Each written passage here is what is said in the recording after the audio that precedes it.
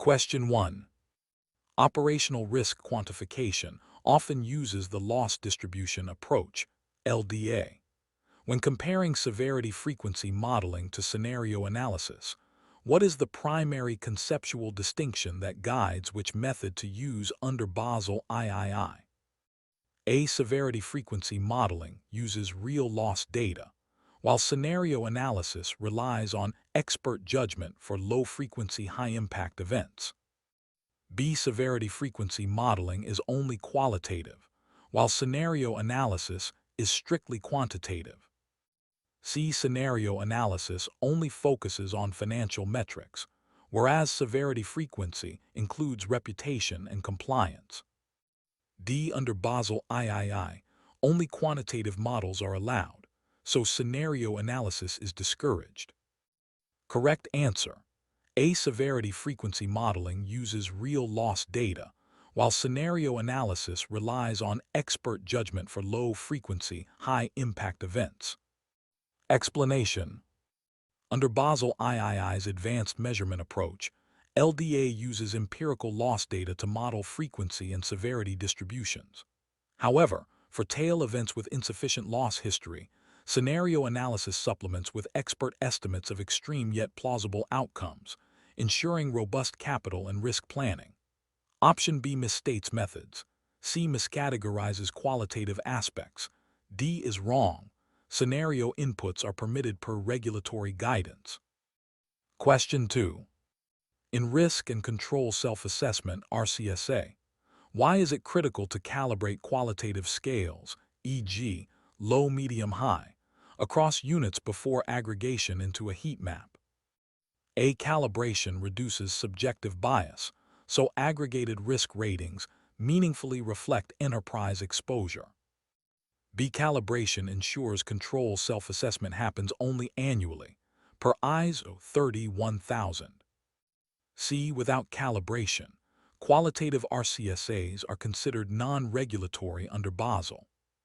D. Calibration links each qualitative rating to a fixed quantitative score across all data types. Correct answer. A. Calibration reduces subjective bias so aggregated risk ratings meaningfully reflect enterprise exposure. Explanation. Without consistent scale definitions, one division's high could be another's medium, distorting enterprise heat maps. Calibration sessions ensure comparability and support meaningful aggregation under frameworks like COSO and Basel. Option B is irrelevant, C is false, and D misunderstands calibration's purpose. It aligns interpretation, not force quantitative links. Question 3. Mr. Alvarez leads operational risk measurement at an energy firm. Lost data for equipment failures is rich, but cyber attack and ESG-related event data are sparse. He needs to integrate both into operational risk capital models. What structured approach should he take to combine empirical and judgment data in line with advanced quantitative methods? A. Model equipment failure via LDA from historical losses, and use scenario analysis with expert panels for cyber and ESG events. Then combine distributions using Monte Carlo simulation.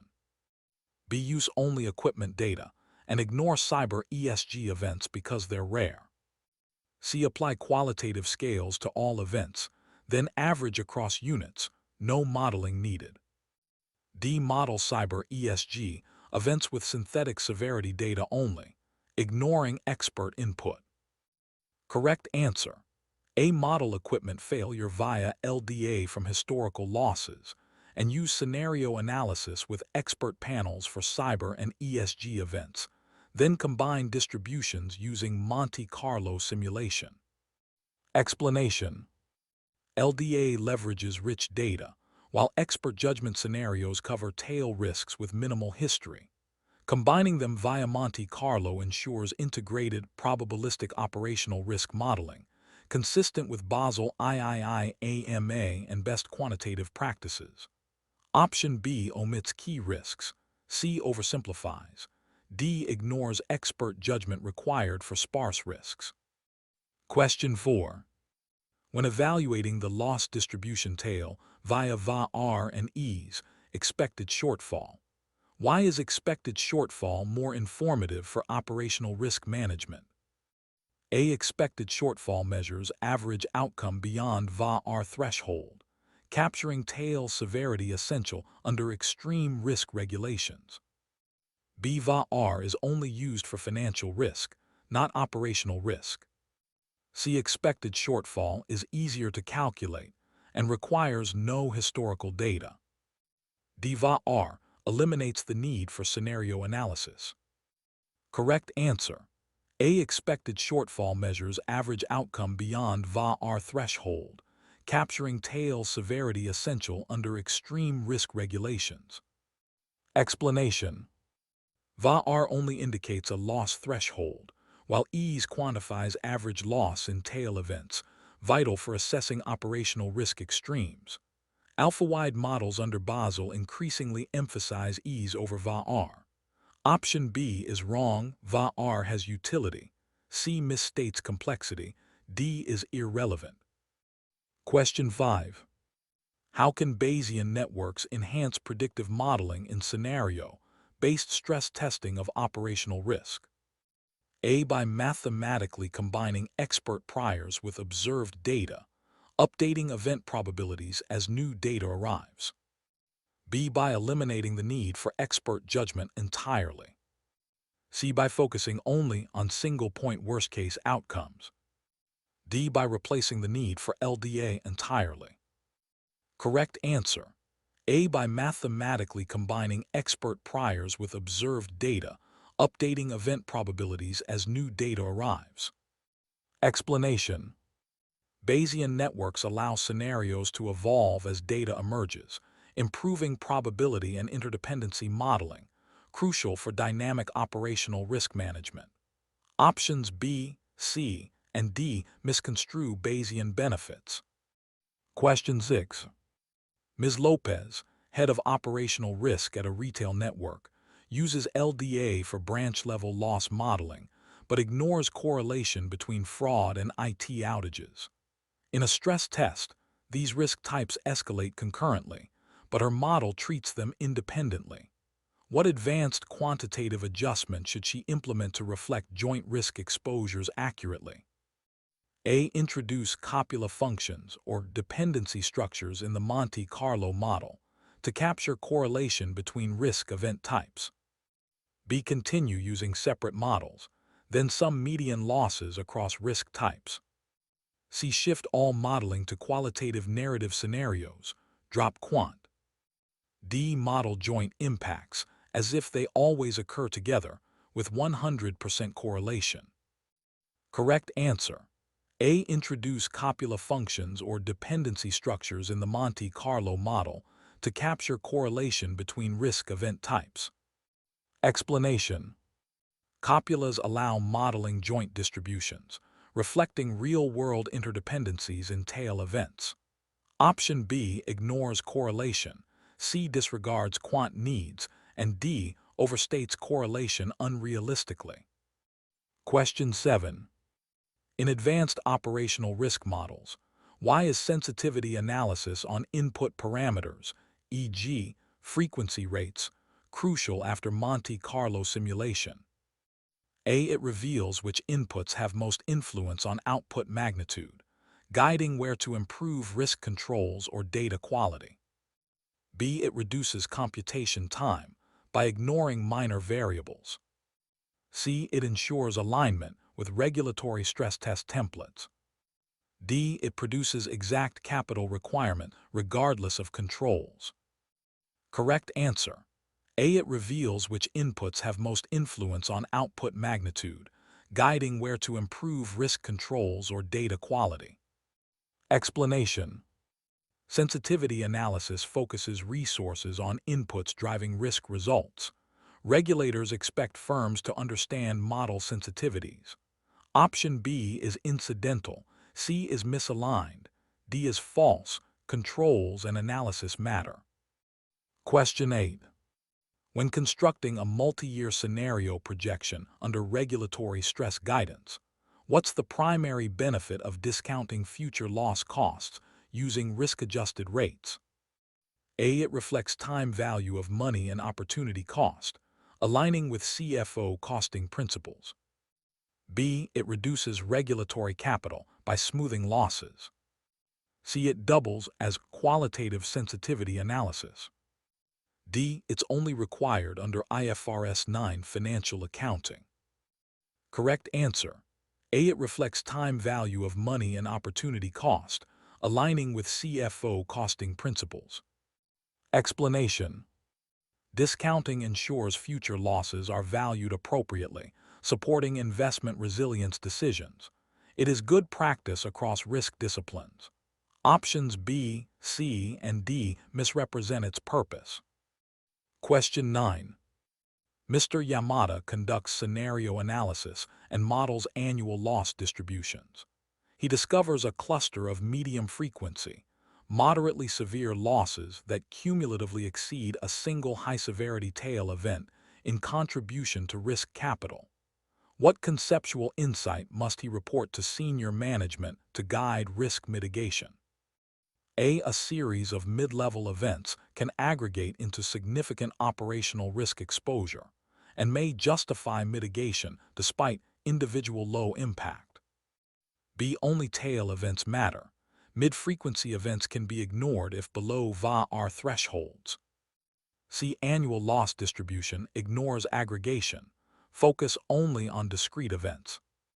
D. Regulatory guidelines mandate ignoring mid-size incidents entirely. Correct answer. A series of mid-level events can aggregate into significant operational risk exposure and may justify mitigation despite individual low impact. Explanation. Frequent moderate losses can cumulatively result in high annual losses, important for control prioritization, loss mitigation strategies, and meeting Basel capital adequacy requirements. Options B, C, and D are incorrect. Question 10. What distinguishes a key risk indicator, KRI, from a key performance indicator, KPI, in operational risk dashboards?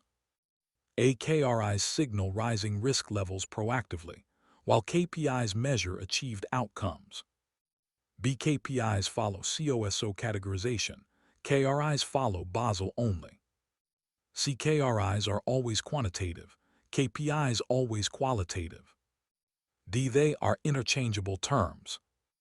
Correct answer. A. KRIs signal rising risk levels proactively, while KPIs measure achieved outcomes. Explanation. KRIs act as early warnings. KPIs monitor growth efficiency. COSO, ERM, and Basel frameworks emphasize proactive risk metrics. Options B, C, and D are wrong. Question 11.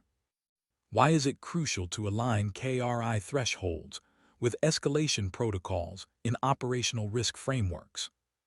A. So deviations automatically trigger review or action, ensuring consistent governance.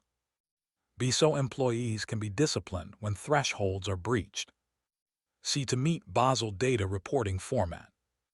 D. It's optional and usually discretionary. Correct answer.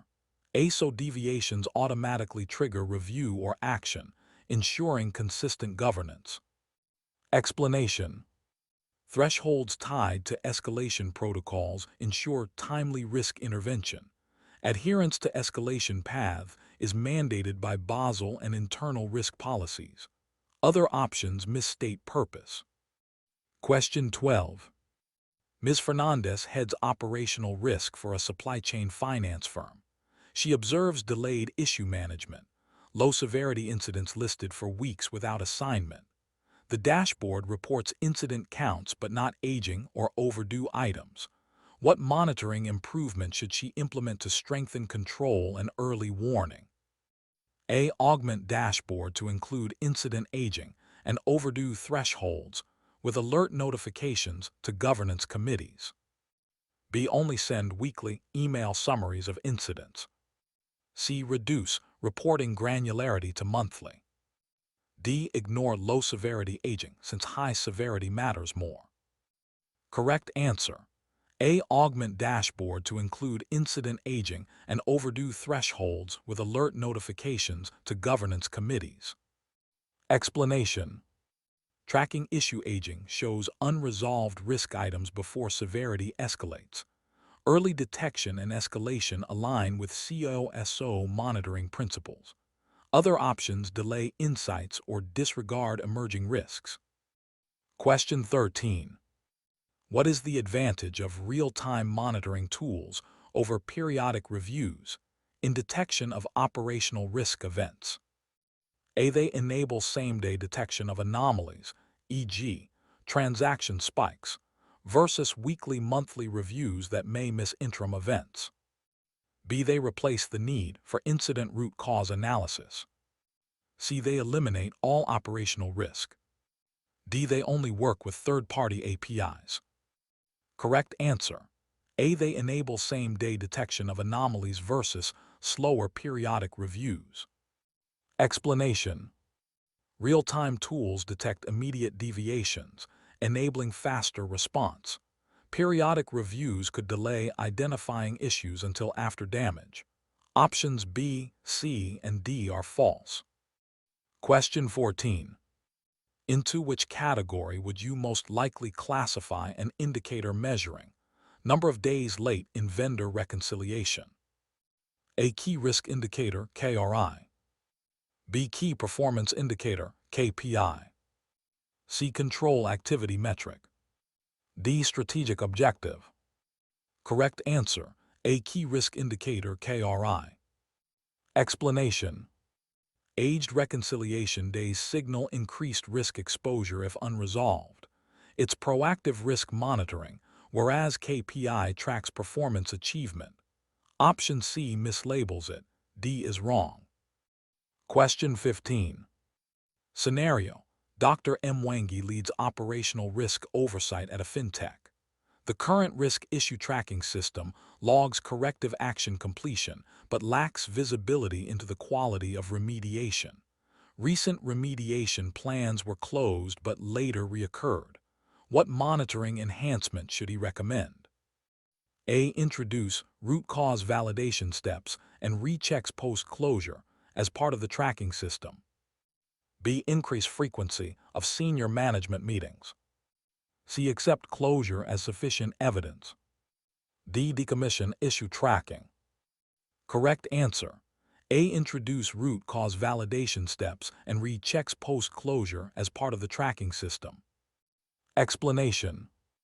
Validating correction and verifying effectiveness prevents repeat of issues. COSO monitoring and regulatory expectations emphasize follow-up. Other options either avoid the root cause or reduce effectiveness. Question 16. How do ESG-related operational risks differ in identification and treatment compared to traditional operational risks? A. ESG risks often involve sustainability and reputational impacts that require stakeholder analysis and long-horizon scenario planning. B. They are only regulated financially, not operationally. C. These risks are always low frequency, low impact, and can be ignored. D. They rely solely on quantitative data. Correct answer. A. ESG risks involve sustainability and reputational impacts that require stakeholder analysis and long-horizon scenario planning. Explanation. ESG risks, climate, labor, governance, often manifest over years and involve non-financial stakeholders. Their treatment requires integrated scenario planning, stakeholder tracking, and operational adaptation. Options B, C, and D underestimate complexity. Question 17. Why is AI-enabled predictive risk analytics considered a paradigm shift in operational risk management? A. Because it allows near real-time detection of patterns and anomalies across large, unstructured datasets, beyond traditional KRI scope. B. Because AI always eliminates risk entirely. C. Because it's required under Basel regulations.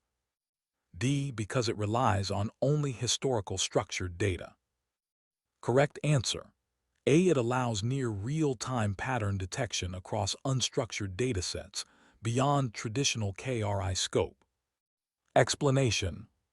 Predictive analytics transform detection from lagging indicators to pattern-based, proactive identification across complex data. Options B, C, and D are false or misleading. Question 18.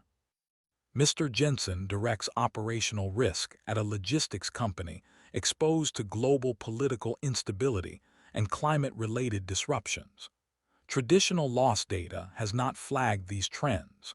What emerging risk methodology should he employ to integrate geopolitical and climate risk into operational resilience planning? A. Conduct cross-functional scenario planning, e.g., forced border closures, extreme weather supply disruption, and integrate results into business continuity and capital models. B. Ignore emerging risks until they produce measurable losses. C. Use only historical climate loss data in LDA models. D. Delegate emerging risk identification to external consultants with no internal coordination. Correct answer. A. Conduct cross-functional scenario planning and integrate results into business continuity and capital models. Explanation. Emerging risks often lack historical data. Scenario workshops involving operations, finance, supply chain, and BCP help firms prepare for plausible future shocks. Ignoring risks or relying solely on historical data falls short. Delegation without integration weakens resilience. Question 19. In the context of remote work operational risk, what control or monitoring enhancement is critical to detect insider threats? A. Implement automated user behavior analytics and log anomaly detection across home networks. B. Require employees to work only within office premises. C. Reduce monitoring because employees are trusted. D. Only monitor VPN connection times. Correct answer. A. Implement automated user behavior analytics and log anomaly detection across home networks. Explanation. Remote insider threats can bypass office controls. Analytics flagged via behavior deviations allow early detection. Option B isn't operationally feasible. C is irresponsible. D is too narrow. Question 20. How does regulatory emphasis on cloud service provider resilience, e.g., under DORA in Europe, affect operational risk governance? A. It requires firms to include CSP risk in third-party risk assessments, monitor service continuity, and define cloud-specific KRIs. B. It shifts all responsibility to CSPs. C. It eliminates need for incident reporting. D. It focuses only on pricing of cloud services. Correct answer. A. It requires firms to include CSP risk in third-party risk assessments, monitor continuity, and define cloud-specific KRIs. Explanation. DORA and similar regulations require comprehensive governance of cloud risks, contractual SLAs, continuity plans, incident reporting, and monitoring.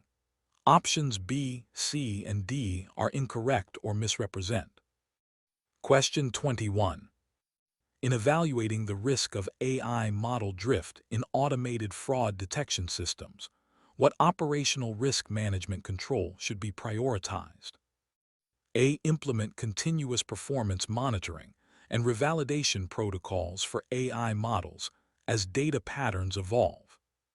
B. Outsource all model monitoring to third-party analytics firms.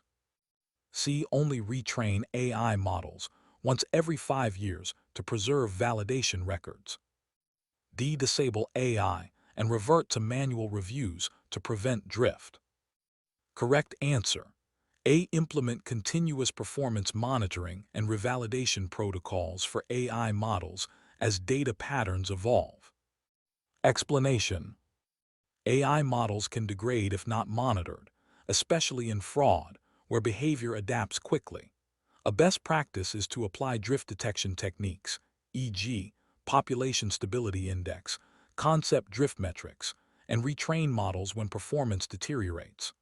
Regular validation aligns with principles of model risk management under frameworks like SR 11.7 and Basel guidance. Outsourcing or delaying retraining increases exposure. Question 22. Which of the following best illustrates the concept of a risk velocity in operational risk monitoring? A. The time it takes from risk event initiation to the point of significant business impact. B. The number of key risk indicators recorded over a time period. C. The annual loss amount from all operational risk categories. D. The speed at which incident reports are logged into the system. Correct answer. A. The time it takes from risk event initiation to the point of significant business impact. Explanation. Risk velocity reflects how quickly an event can cause serious damage after it materializes, critical for response planning. High-velocity risks, e.g., cyber breaches, require rapid escalation and controls.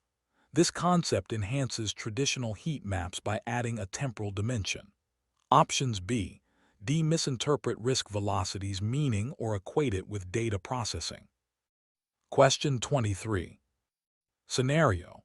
Ms. Tan, a risk analyst at a digital payments provider, notices increasing customer complaints about transaction delays during major online shopping events. These delays are traced to system resource constraints, but no single incident breached SLA thresholds. What emerging operational risk insight should she present to leadership? A. Operational fragility under load conditions can signal capacity risks that accumulate and damage customer trust, even without SLA violations. B. If SLAs are not breached, no operational risk issue exists. C. Capacity problems are the IT department's concern, not operational risk. D. Customer complaints should be disregarded unless tied to direct losses. Correct answer. A. Operational fragility under load conditions can signal capacity risks that accumulate and damage customer trust, even without SLA violations. Explanation. Emerging operational risks are not always captured by existing thresholds or lagging indicators. Silent failures or performance degradation under stress may erode user trust and lead to reputational and strategic losses. Proactive scenario development and stress testing should consider user behavior, not just hard SLA breaches. Question 24. How should risk appetite statements evolve in response to increasing regulatory expectation on climate and sustainability risks? A. Firms should explicitly include tolerance levels for climate-related disruptions and sustainability compliance within their operational risk appetite. B. Climate risk remains outside the scope of operational risk, so appetite need not be updated. C. Sustainability issues are best tracked via CSR teams and not risk appetite. D. Risk appetite should remain static to reflect long-term targets. Correct answer. A. Firms should explicitly include tolerance levels for climate-related disruptions and sustainability compliance within their operational risk appetite. Explanation. Regulators, e.g., ECB, MAS, PRA, now require firms to reflect climate and ESG risks in governance documents, including risk appetite. Examples include limits on disruption tolerance, non-compliance breaches, or third-party climate exposures. Treating climate risk as external or purely reputational undercuts resilience. Question 25. Which of the following best represents an effective control for social engineering attacks targeting remote employees? A. Mandatory simulated phishing tests with real-time feedback and adaptive training paths. B. Only blocking personal email access during business hours. C. Removing all chat applications from employee devices. D. Assuming all employees are trained after onboarding. Correct answer. A. Mandatory simulated phishing tests with real-time feedback and adaptive training paths. Explanation. Social engineering risks have intensified post-remote work adoption. Simulated phishing tests build behavioral resilience and allow firms to track improvements over time. Training should be continuous and tailored. Static onboarding or blocking unrelated features is insufficient. NIST, ISO 27001, and ENISA recommend behavior-based cyber awareness programs. Question 26.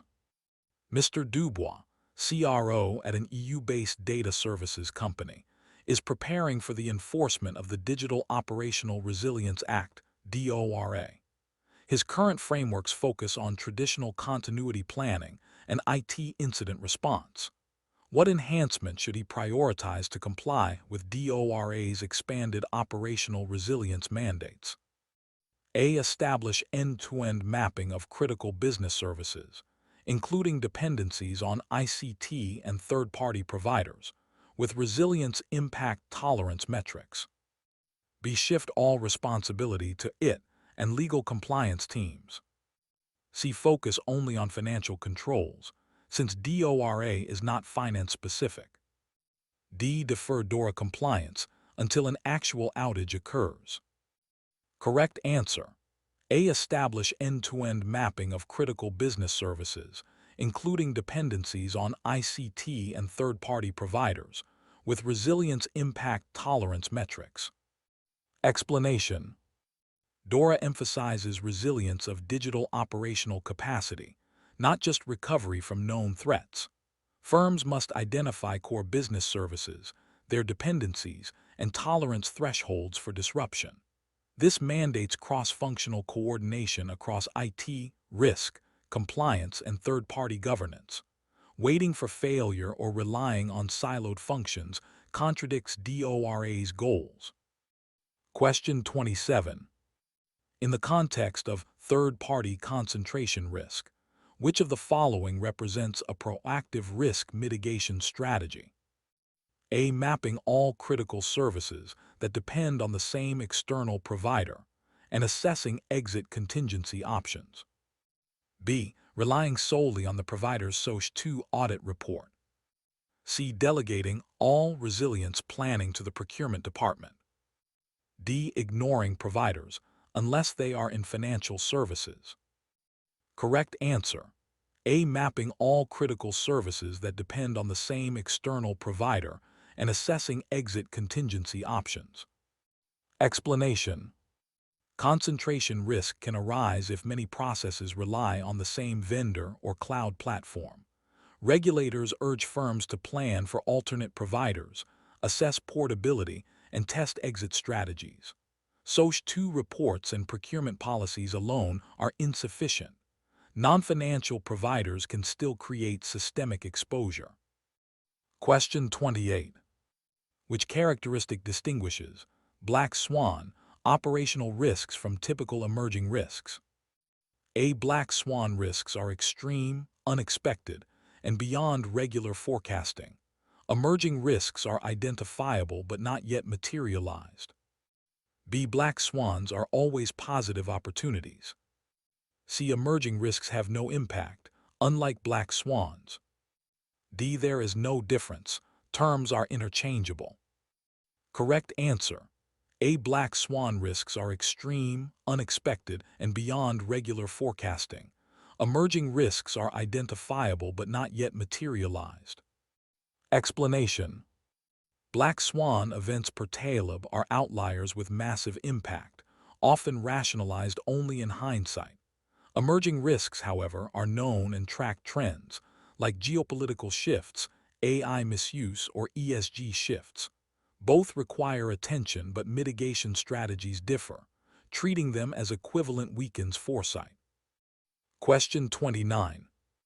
Dr. Kim oversees risk insights at a multinational insurer. He's building a future-focused risk radar. His team proposes scanning media trends, startup innovations, patent filings, and regulatory consultations. What framework supports this approach to anticipating non-traditional operational risks? A. Horizon scanning and weak signal detection within strategic and operational risk frameworks. B. Ex post incident analysis. C. Standard RCSA without innovation monitoring. D. Limiting focus to competitors' disclosures. Correct answer: A. Horizon scanning and weak signal detection within strategic and operational risk frameworks. Explanation: Horizon scanning identifies signals not yet part of traditional metrics. Risk radars incorporating weak signals, e.g., regulatory shifts, societal trends, help prepare for nonlinear changes. This is encouraged by ISO 31050 Emerging Risk Management and thought leaders in risk foresight. Options B, D. Lack proactivity. Question 30. Which technique would best help integrate operational risk into strategic decision-making processes? A. Embed scenario-based risk assessments into strategic planning cycles to evaluate downside exposure and resilience options. B. Conduct risk reviews only after strategic plans are approved. C. Keep operational risk and strategy functions independent. D. Allow business units to self-declare risk exposures without challenge. Correct answer: A. Embed scenario-based risk assessments into strategic planning cycles to evaluate downside exposure and resilience options. Explanation: Strategic decisions, e.g., mergers, new markets, outsourcing, can introduce operational risks. Scenario analysis during planning allows leaders to understand potential exposures and resilience gaps. COSO and ERM frameworks recommend integrated risk thinking. Reactive reviews and unchallenged self-assessments reduce risk visibility.